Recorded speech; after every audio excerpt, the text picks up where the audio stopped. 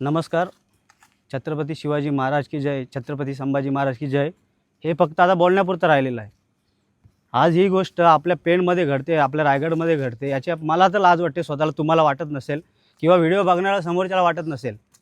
आज पेणमध्ये सगळ्यात मोठी शिवजयंती साजरी केली जाते. ते शिवभक्त फक्त शिवजयंतीच्या वेळी जागे होतात का? मला त्यांना प्रश्न विचारायचा आहे. ह्या स्मारकाचं जेव्हा अनावरण केलं तेव्हा एकाने सुद्धा याचा निषेध का जाहीर केला नाही? इथे सर्वजण सगळ्यांनी बघ्यांची भूमिका घेतली.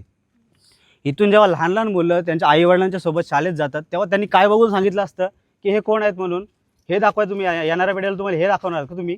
हां, आत्ता पाठ्यपुस्तकांमध्ये छत्रपती संभाजी महाराजबद्दल इतिहास नाही आहे, शिवाजी महाराजांबद्दल इतिहास नाही आहे. NCERTनी मराठा साम्राज्याचा नकाशा काढून टाकला, त्याच्याबद्दल तुम्हाला कुठल्याच गोष्टीची भान पडलेलं नाही आहे. पण जेव्हा छत्रपती संभाजी महाराजांचा तो जबडा फाडताना जे स्मारक जेव्हा इथं लहान लहान मुलांनी बघितलं असतं ना, तेव्हा त्यांनी आईवडिलांना जाऊन विचारलं असतं, आई हे कोण, बाबा हे कोण? समजलं, अंगावरती काटा आला पाहिजे ते स्मारक बघताना. हां, पण फक्त एक दिवसापुरते शिवभक्त होऊ नका. जे चुकीचं आहे त्याला चूक बोलण्याची हिंमत ठेवा. समजलं? संविधानाने तुम्हाला जे अधिकार दिलेले आहेत त्या अधिकारांचा वापर करा, राजकारण करा, सगळ्या गोष्टी करा, पण कोणाचा एखाद्या कुठलीही व्यक्ती असू दे, जेव्हा ती गोष्ट चुकीची असेल त्या गोष्टीला चूक म्हणण्याची ताकद ठेवा.